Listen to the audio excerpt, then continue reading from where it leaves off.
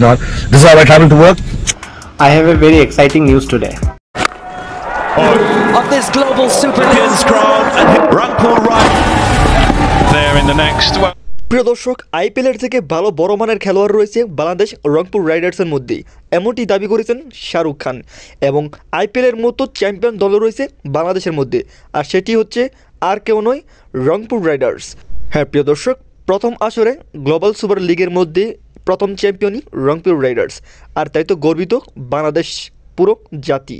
প্রিয় দর্শক, যেখানে চ্যাম্পিয়ন হয়ে অনেক বার্তা পেয়েছেন এবং প্রশংসা পেয়েছেন, বাংলাদেশকে গর্ব করেছেন এই রংপুর রাইডার্স টিম। প্রিয় দর্শক, এই টিমের এবং জয়ের নায়ক হচ্ছে গিয়ে শম্ভু সরকার।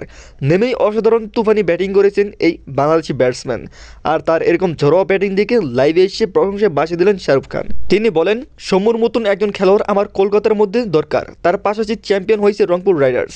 তার পাশাপাশি শম্ভু সরকারকে প্রশংসায় বাসালেন বাংলাদেশের অলরাউন্ডার সাকিব আল হাসান।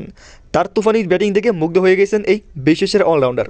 হ্যাঁ প্রিয় দর্শক, তিনি বলেন, আমি গর্বিত, রংপুর রাইডার্সকে নিয়ে আমি গর্বিত, কেননা বিশ্বের মধ্যে একবার উজ্জ্বল নক্ষত্র হয়ে দাঁড়িয়েছে রংপুর রাইডার্স। হ্যাঁ প্রিয় দর্শক, 2024 গ্লোবাল চ্যাম্পিয়নশিপের মধ্যে রংপুর রাইডার্স তার এই যাত্রী নিয়েছেন। মেসির মতন একবারে ট্রফি নিয়ে উদযাপন করেছেন বাংলাদেশের সোহান।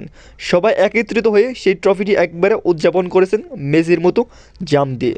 তবে এই চ্যাম্পিয়নের আড়ালে থেকে যাবেন যে নায়ক, তিনি হচ্ছেন গিয়ে আশরাফুল। তখন আশরাফুলের হাতে সেই ট্রফিটি তুলে দেয়, কেননা ব্যাটিং যে কোচ তিনি হচ্ছেন গিয়ে আশরাফুল। সবাই মিলে সেই ট্রফিটি উদযাপন করেন। প্রিয় দর্শক, এই লিগের মধ্যে যে শম্ভু সরকার চ্যাম্পিয়ন করেছে, এটি আপনার কাছে কীরকম লেগেছে? শম্ভু সরকারের এরকম তোমানি ব্যাটিং আসলেই অনেকখানি জয় এগিয়ে দিয়েছে এই ম্যাচের মাধ্যমে। প্রিয় দর্শক, তার পাশাপাশি এরকম অসাধারণ একটি জয় আসলেই গর্ব করার মতো বাংলাদেশ টিমের এবং বাংলাদেশের।